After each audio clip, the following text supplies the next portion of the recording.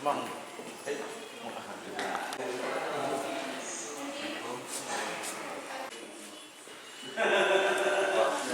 masuk ya sini.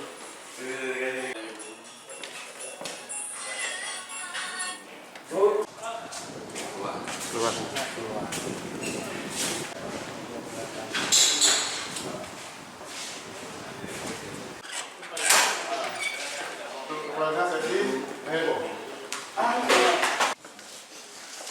Jadi Pak kan nyo setuju merasa jecit masa kadis Hana ni kalau jeung dinas. Apakah beliau Soalnya lah, tenaga tenaganya untuk nutupi punang yang kamu kan. Untuk awaknya naik ni lah, kalau kami yang dah lalu kecil, tapi kadang-kadang masih di mana ke nyan horibah dan lupa sih kan. Dari kantor. Hanya sektor nabak dinas. Pada kali tenaganya sampai. Kenapa DPR? Inilah sehingga kami memintakan untuk silaturahmi ke kantor PUPR. Tetapi memang belakangan ini Pengawasan orang itulah datang ke kami.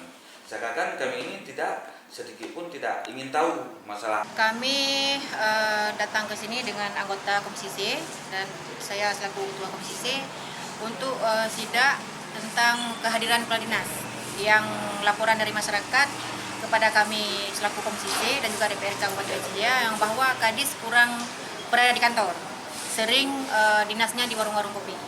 Makanya hari ini kami langsung ke Dinas PU untuk melihat sendiri apakah betul atau tidak. Rupanya betul laporan dari masyarakat yang bahwa Kadis sering berada di luar kantor biarpun beliau lagi dinas, bukan DM. Dan mungkin ada juga kami temukan dari salah satu anggota Komisi C yang bahwa menandatangani atas nama Pak Kadis, tapi bukan Kadis yang langsung menandatangani tentang berkas kontrak dan juga penyerahan kegiatan. Ya.